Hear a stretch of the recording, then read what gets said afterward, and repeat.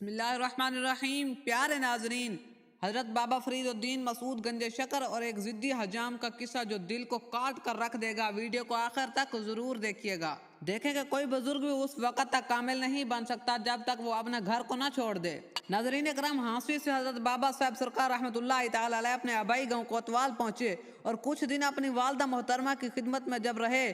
جب لوگوں کو آپ کے کمالات کی شہرت پھیلی کہ آپ باکرامت ہو کر واپس آئے ہیں، ولی اللہ بن چکے ہیں، تو مخلوق خدا ہر طرف سے آپ کی زیارت کے لیے ٹوٹ پڑی۔ چونکہ آپ تنہائی پسند تھے، اس لیے ہجوم کو پسند نہ کرتے تھے۔ آخر ایک دن کوتوال سے بھی چل دیے، پھرتے پھراتے ایک غیر معروف قصبہ اجودن میں جا پہنچے۔ اجودن ان دنوں میں جنگلوں سے بھرا ہوا تھا، جہاں حشرات الارض کا دل پسند مسکن تھا۔ اب حجام کا واقعہ سنیے گا کہ اس قصبہ کے اطراف میں دور دور تک کفار اور مشرکین کی بستیاں تھیں۔ حضرت بابا صاحب رحمۃ اللہ تعالی علیہ نے اپنے قیام کے لیے اس جگہ کو پسند فرمایا، کیونکہ یہاں نہ صرف خلوت اور سکون میسر تھا، بلکہ اسلام کی تبلیغ اور ارشاد کے لیے یہ ایک موضوع مرکز تھا۔ ایک روایت میں آتا ہے کہ ایک دن حضرت بابا سرکار خواب یا پھر مراقبہ کی حالت میں تھے کہ آپ کو اپنے مرشد گرامی حضرت خواجہ قطب الدین بختیار کاکی رحمۃ اللہ تعالی علیہ ملے۔ انہوں نے ہدایت کی کہ اس قصبہ میں مستقل طور پر اقامت کا اختیار کر لو اور مخلوق خدا کو راہ حق کی طرف بلاؤ، کیونکہ اس علاقے میں ہر طرف کفر و شرک کی تجلیاں گونج رہی ہیں۔ تو ایک روایت میں یہ ہے کہ ایک روز آپ اجودن میں عبادت میں مصروف تھے کہ غیب سے آواز آئی، اے فریدے، تم گمراہوں کو راہ ہدایت دکھانے پر مامور کیے گئے ہو، پریشان مت ہو اور اسی جگہ رہ کر تبلیغ حق کا فرض انجام دو۔ اللہ تعالیٰ کے بندوں کو راہ حق میں ہر قسم کی مصیبتیں اور لوگوں کی جو جفاکاریاں خندہ پیشانی سے برداشت کرنی چاہیے۔ غرض اجودن سے بحر مغرب کی جانب سے ایک کریر کے درخت کے نیچے بابا صاحب سرکار رحمۃ اللہ تعالی علیہ نے ڈیرا ڈال دیا اور یاد الہی میں مشغول ہو گئے۔ تب سے یہ علاقہ اجودن سے پاک پتن کے طور پر مشہور ہو گیا۔ بیان کیا جاتا ہے کہ اجودن کے قریب نالا یا دریا بہتا تھا۔ حضرت بابا سرکار رحمۃ اللہ تعالی علیہ اکثر اس نالے کے کنارے پر بیٹھ کر وضو فرمایا یا غسل فرمایا کرتے تھے، اس لیے اجودن کے سب لوگ اس جگہ کو پاک پتن اور انگلش میں پاک پٹن کہنے لگے اور اس جگہ کا ادب کرتے تھے۔ اسی وجہ سے اس شہر کا نام پاک پتن مشہور ہو گیا۔ انگریزوں کے دور میں پاک پتن سے پاک پٹن کے طور پر مشہور ہونے لگا۔ تقسیم پاکستان کے بعد پھر اس کو پاک پتن کے نام سے ہی جانا جاتا ہے۔ بعض مورخین کا بیان ہے کہ اجودن ایک نہایت قدیم تاریخی قصبہ تھا۔ آج کل بھی اس کے کھنڈوں میں مختلف قدیم تہذیبوں کے اثرات مل جاتے ہیں۔ انہوں دنوں کا واقعہ کہ حضرت بابا فرید رحمۃ اللہ تعالی علیہ کو نزول اجودن یعنی پاک پتن میں ہوا تو آپ کی عجب حالت تھی، یعنی لباس اور سر ریش مبارک کے بال گرد سے بھرے ہوئے تھے، یعنی بہت بڑے بڑے ہو چکے تھے۔ جس درخت کے نیچے آپ نے ڈیرا لگایا وہاں قریب ہی ایک کنواں تھا۔ اب وضو کے لیے اس کنویں پر پہنچے، لیکن وہاں ڈول اور رسی نہ تھی۔ ابھی کنویں سے پانی نکالنے کی ترکیب سوچ ہی رہے تھے کہ اجودن کا ایک حجام ککھو نامی چونکہ بہت ضدی تھا، ڈول اور رسی لے کر کنویں سے پانی لینے آ گیا۔ اس حجام کو اللہ تعالیٰ نے فطرت سلیم عطا فرمائی تھی۔ حضرت بابا صاحب سرکار کو دیکھ کر آپ کی درویشانہ وضاقت سے اس کی طبیعت بے حد متاثر ہوئی۔ اس نے بابا صاحب رحمۃ اللہ تعالی علیہ کے نہایت ادب سے اسلام کیا اور پھر نہایت محبت سے آپ کے بال تراشے اور اس کے بعد آپ کو وضو کرایا۔ اب بابا صاحب رحمۃ اللہ تعالی علیہ ککھ کی اس خلوص خدمت سے بے حد خوش ہوئے اور ہمیشہ اس پر اپنی نظر عنایت رکھی۔ ایک روایت میں ہے کہ آپ نے ککھ کی تحریر عطا کی، جس کا مفہوم یہ تھا کہ حجامت، ختنہ اور ایسی دیگر رسومات ہمیشہ ککھو سے ہی ادا کرائی جائیں، بلکہ اپنی اولاد جو بھی تاکید کریں کہ وہ ایسے معاملات میں ککھو کی اولاد کو دوسرے لوگوں پر ترجیح دے۔ کہا جاتا ہے کہ وہی حجام بعد میں صاحب ثروت ہوا اور علاقے میں بہت بڑا نام والا اور بڑا، اور اس کے اولاد آج بھی پاک پتن شریف میں موجود ہے اور لوگ عقیدت سے ان کا احترام اور ادب کرتے ہیں۔ ناظرین کرام، یہ شان ہوتی ہے اولیاء اللہ کی۔ دیکھیں کہ ایک حجام تھا جو بالوں کو کاٹتا تھا، اس نے ایک اللہ والے کی خدمت کی تو اس کو کتنا نواز دیا گیا کہ آج تک پاک پتن شریف میں ان کی اولاد موجود ہے، لوگ ان کا احترام کرتے ہیں۔ کون تھے؟ حجام تھے۔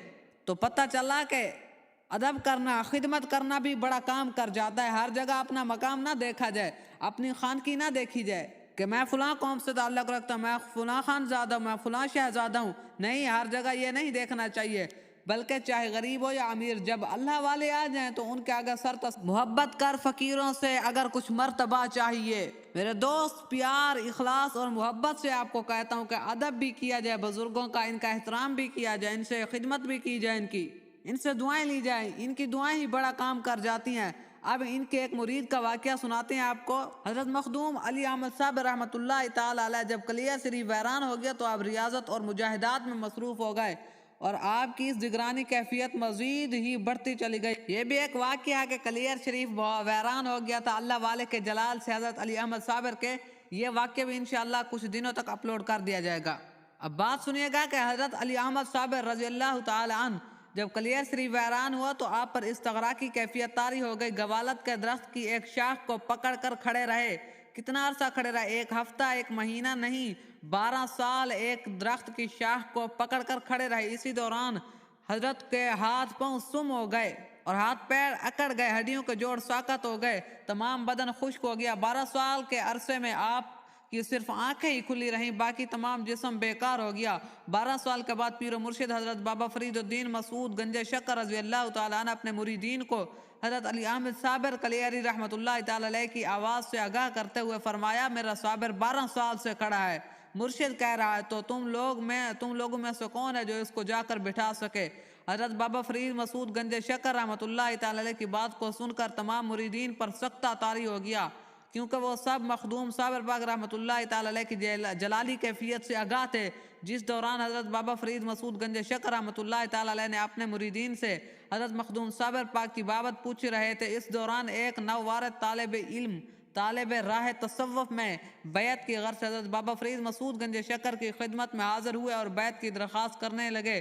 یہ نووارد بزرگ حضرت شمس الدین پانی پتی رحمۃ اللہ تعالی علیہ تھے۔ اس وقت ان کی عمر مبارک تقریباً 62 سال کے قریب تھی۔ حضرت بابا فرید مسعود گنج شکر نے جب شمس الدین ترک پانی پتی کو دیکھا تو مسکرائے اور فرمایا، تیرا حصہ میرے پاس نہیں ہے بلکہ تجھے نعمت دوسرے ہی مرشد سے حاصل ہوگی۔ پھر حضرت بابا فرید مسعود گنج شکر رضی اللہ تعالی عنہ نے حضرت شمس الدین ترک پانی پتی کو کلیار شریف میں اپنے خلیفہ اور فرزند روحانی حضرت مخدوم علی احمد صابر کلیاری کی خدمت میں روانہ کر دیا۔ حضرت شمس الدین ترک پانی پتی کا تعلق سادات گھرانے سے تھا اور آپ آل رسول تھے اور حسینی سید تھے۔ آپ کا سلسلہ نسب 16 واسطوں سے امام علی مقام امام حسین سے جا ملتا ہے۔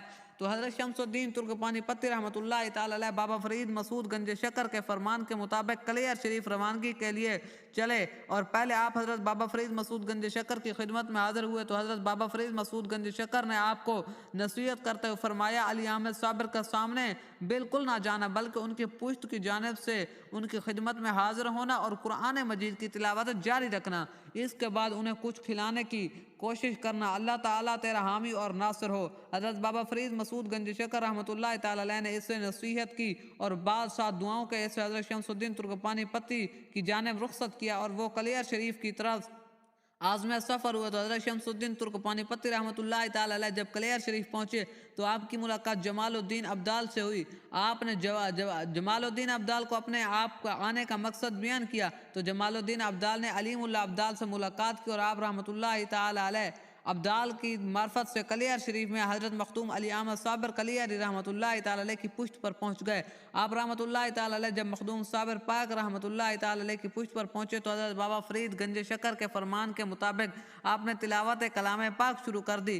حضرت شمس الدین ترک پانی پتی رحمۃ اللہ تعالی علیہ جس وقت مخدوم صابر پاک رحمۃ اللہ تعالی علیہ کی خدمت میں پہنچے تو اس وقت مخدوم صابر پاک انتہائی جلالی کیفیت میں تھے اور اپنے آپ کو کولر کی شاخ کے ایک ہاتھ سے پکڑ رکھی تھی اور حضرت مخدوم علی احمد صابر کلیاری کی دوسرے ہاتھ کی مٹھی بند تھی اور آپ نے انگشت شہادت علم کی طرح بلند کر کے قلب کے برابر کھڑے تھے۔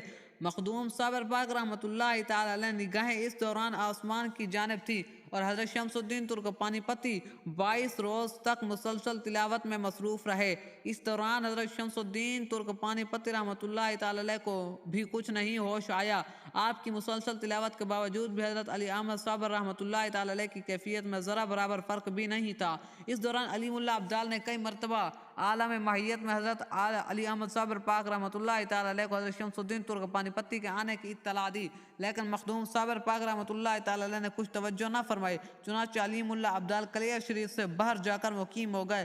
22 روز کے بعد حضرت مخدوم علی احمد صابر کلیاری رحمۃ اللہ تعالی علیہ کی معافیت ختم ہوئی اور وہ عالم ہوش میں واپس تشریف لائے تو انہوں نے حضرت شمس الدین ترک پانی پتی کو تلاوت کرتے سنا اور پوچھا کہ شمس الدین کیا تمہیں پیر مرشد حضرت بابا فرید الدین مسعود گنج شکر نے بھیجا ہے؟ تو حضرت شمس الدین ترک پانی پتی نے عرض کیا، جی ہاں حضور، آپ سارے حالات سے آگاہ ہیں۔ حضرت علی احمد صاحب رحمۃ اللہ تعالی علیہ نے فرمایا پشت کی جانب کلام پاک پڑھنا درست نہیں ہے، تم ہمارے سامنے آ کر کلام پاک کی تلاوت کرو۔ اب حضرت شمس الدین ترکمانی پتی رحمۃ اللہ تعالی علیہ کو کس نے بتایا کہ ان کو میرے مرشد نے بھیجا ہے؟ تو اس لیے کہ یہ اللہ والے ہوتے ہیں، دل کی باتیں بھی جان لیتے ہیں، لوگوں کے آنے کا مقصد بھی جان لیتے ہیں۔ پتہ یہ چلا کہ ان کی خدمت کرنی چاہیے، ان کا ادب کرنا چاہیے، تو انشاءاللہ بہت فائدہ ہوگا۔ دوستو یہ کیسی لگی آپ کو ویڈیو؟